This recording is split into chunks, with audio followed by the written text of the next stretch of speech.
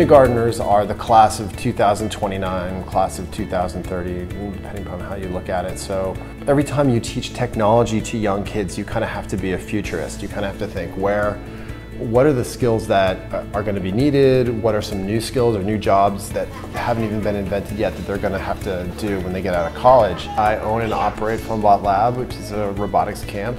And we're in 3 locations in Northern Virginia, and I've been doing it for about 9 years. We really try to focus on a couple of key core technology skills that'll make them technology leaders, and we feel that programming and algorithmic thinking is really important. And nothing has one solution. There's different ways to do multiple tasks.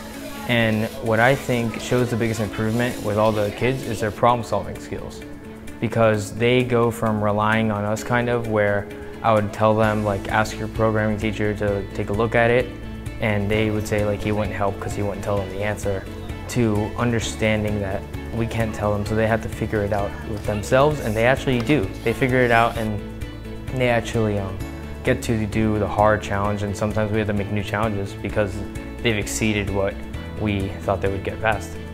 Even if they're not going to be computer programmers, they're going to work with computer programmers, they're going to be in a company with computer programmers. So learning how things work in that space is really important. We feel that engineering and the way the hands teach the mind, the way the Lego robots come together, is really important for our kids. So in both of those cases, we're really sort of taking the critical thinking with our built environment and letting kids, instead of just this toy robot, they're actually building the robot.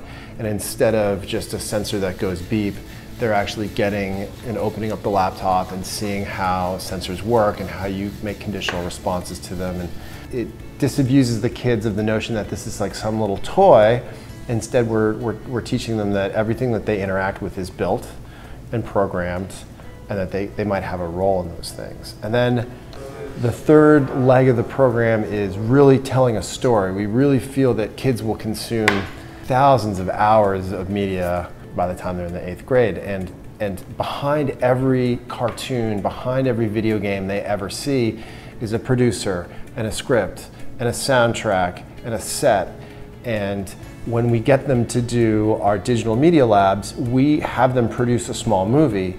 So it puts them on the other side of the camera. Suddenly they realize this is something that's actually built.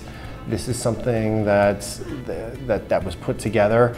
And it allows them to think a little bit more critically about their media. It was like, maybe they can think about whether it's true or whether it's not. It's not just this sort of almighty screen that's talking to them. Instead, it's someone's point of view, and it was put together by a group of people. And then the fourth part of our camp is just camp.